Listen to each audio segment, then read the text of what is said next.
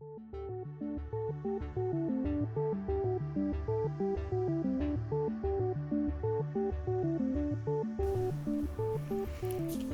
lovelies, thanks for stopping by. Today I'm going to be going over this natural, dewy, glowy look.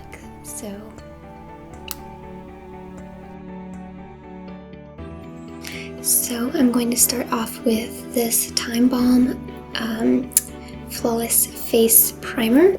Recently I was watching Wayne Goss on YouTube and he suggested using a powder on your face, so I'm actually going to try that and let you guys know how I like it. I tried doing it earlier today for my morning makeup before my video today, and it seemed to work pretty well, so I'm gonna keep trying it again and I'll let you guys know how I like it. So I'm going to start off by powdering over my primer with the Nye Luxury Powder in Cameo. So I'm just taking my little e.l.f. stippling brush, which I've been using a lot lately just for miscellaneous things, and I'm just going to dab it in there and just slowly buff it in. Supposedly this is supposed to help even the skin and help your foundation to stay put all day. So I was really interested in this. I can already tell a little bit of a difference in terms of just this, how even the skin is. So I've been using a few foundation products lately, and I was actually pleasantly surprised with the Revlon Color Stay. Very surprised with this, especially the finish and how it dries to almost like a powdery finish. So it works really well. You don't have to powder on top of it, which is super awesome, and it keeps your face looking matte all day. I think the high-end version of that is the Matte Velvet from Makeup Forever. I've been using this one just because I had it and I remembered it was kind of similar to this one. So I've been going off with both of these two. So I'm just going to use the Makeup Forever Matte Velvet today because I like it, and I'm going to use my little beauty blender.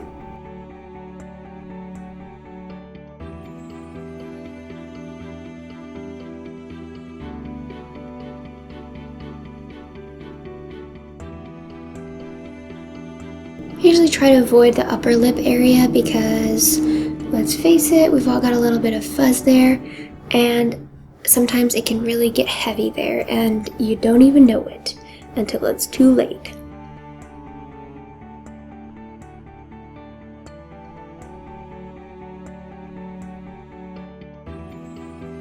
Always want to try to blend your makeup into your neck.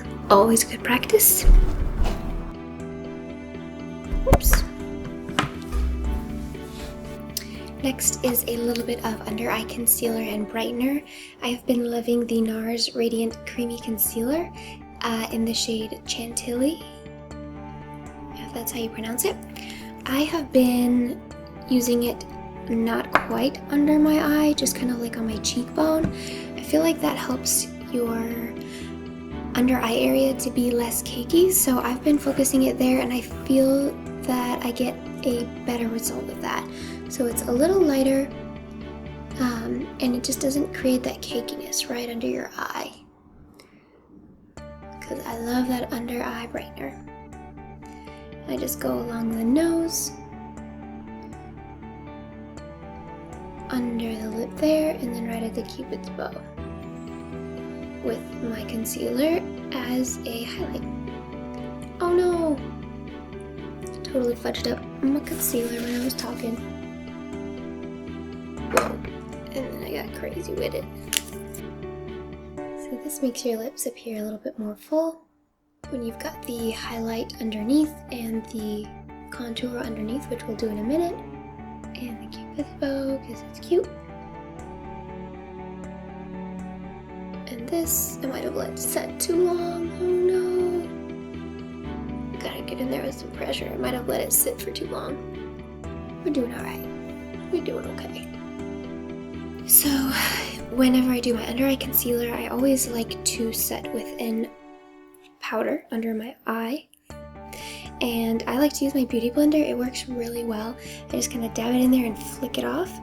and that gets rid of the excess, and it really melds the cream together with the powder, so it kind of gives you a really flawless finish and no creasing whatsoever. I'm using the Nye powder for that as well. And I like using the side that's a little bit more damp to kind of help thin out the makeup on your face too. It's excellent. So we've got our highlighting done. Next, I'm moving on to the contour. I really don't have to worry about powdering the rest of my face with those foundations like the Matte Velvet and the Revlon Color Stay.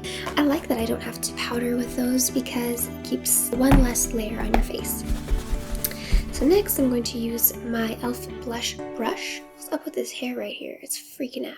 And I'm going to use my MAC Sculpt right here. I've been loving it, and just kind of put it right underneath that bone there, that cheekbone. And I put it all over the brush and just kind of slowly work around the forehead, give that natural dimension. Remember, don't go too deep toward your mouth because that can look a little ghoulish. And honestly, I don't use a bronzer for this. I just use the Sculpting powder because, let's face it, no one's gonna believe that I have a tan. So I'll just accept that fact. And then I go underneath the lip here, just right in the chin. Do a very faint shadow there. And then go along the jawline. Remember, soft lines, not too much product. That's the key. Less is more. And then I take a little bit just right on the tip and just kind of follow along the side of my nose. Just barely, all the way up to my brow. Gives a natural light little nose contour because we know everybody's about their life right now. So, looking fancy, all of our contour done. Seriously, what's up with you, man? Just doing what you want to do. No rules for you. Next, I'm going to use my Real Techniques blush brush because I love it and it's perfect. And use my MAC Cubic blush, which I super love. I like it when I'm doing a natural look. And I should probably move my black eyeshadow because I sometimes mess up my blush. Life tips. So I just dab it right over the contour on that cheekbone there. And with my face, I have a tendency to go up and above the brow, kind of this nice C shape. I think that looks very natural. I like to mix this Inglot color here. I've been using that a lot for shading. So MAC Soft Brown, just a little bit, and then a little bit of the gray to kind of give it that shadow look. So nothing too intense, just really natural right into that crease. And just blend, blend, blend. Brows are not on fleek right now. Then I'm going to take a little e.l.f. brush. What is this? e.l.f. Smudge Brush. And I'm going to be taking those same two colors and just adding it a little bit under the lash line, just to kind of even it out a little bit. Now that I'm all done with my crease, I'm going to go over my cheekbones and my brow bone and my eyelid and my whole face with MAC Soft and Gentle. And I go in with my stippling brush and I just dab it right on in there. And it's great because it just has that really light, gorgeous application. Check it out. And I go all the way over my eyelid. A little bit on the Cupid's bow, a little bit on the inner corner. There are fewer products for more things. That's what I'm about. And moving on to the eyebrows so I can take myself seriously. I'm using my Anastasia Beverly Hills with my Beauty 360 eyeliner brush and just give myself some natural brows. Hopefully, that's the hope. And I like to start with my arch and just kind of flick out and up and just kind of use the product and move it around from there. And I always like to brush through with a spoolie because I feel like that really helps to soften the edges a little bit and make it seem just a tad more natural. I definitely remember when I first got the Anastasia Beverly Hills, things got crazy pretty quickly. I had to come back from that. Now, because I'm going to go for a little bit more natural look, I'm going to be using a brown eyeliner. I'm going to use my MAC 203 liner, and I'm just going to grab some Anastasia Beverly Hills Dip Brow and use it as an eyeliner because, let's face it, it's pretty much the same thing. So I'm not going to be doing a wing with this at all.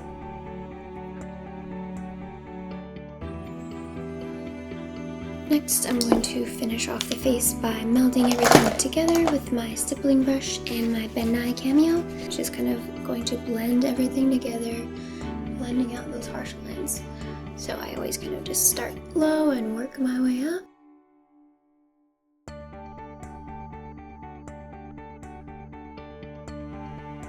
Next, we're going to do mascara. So lately, because my mascara has been transferring, I have been using a waterproof mascara. It's the Miss Manga Voluminous L'Oreal mascara in the shade Black. And then my L'Oreal Telescopic.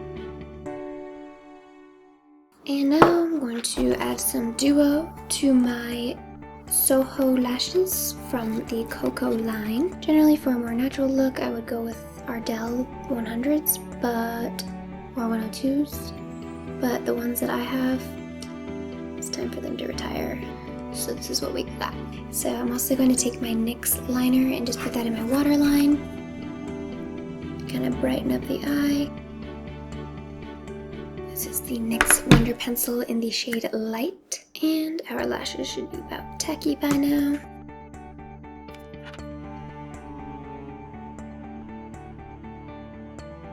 Because we don't have a black liner, you want to get it as close to the lash line as possible. Just press it down. And because I think we're going to do a little bit more of a natural look today, I'm going to go with another lip combo and skip the Anastasia Beverly Hills. I don't know, what do you think? Maybe both?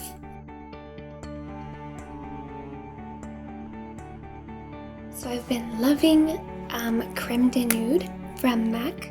It's a great nude and I love it. And I like to add a little bit of Nymphet right on top of it, and that's a lip gloss.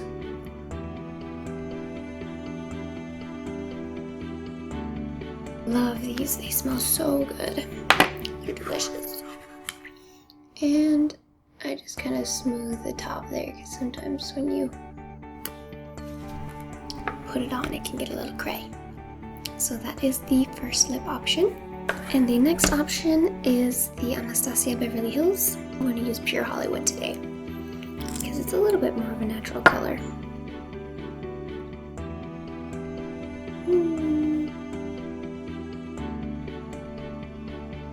I'm going to mix it with a little bit of Lovely, because I want it to be a little bit more pinky.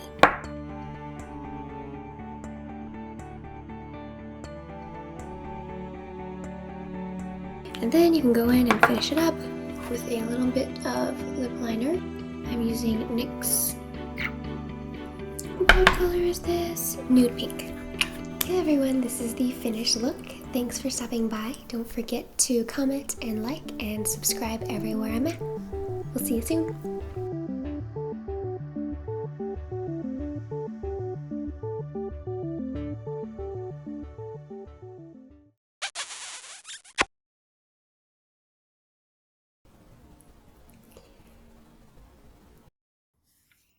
The weird hand thing.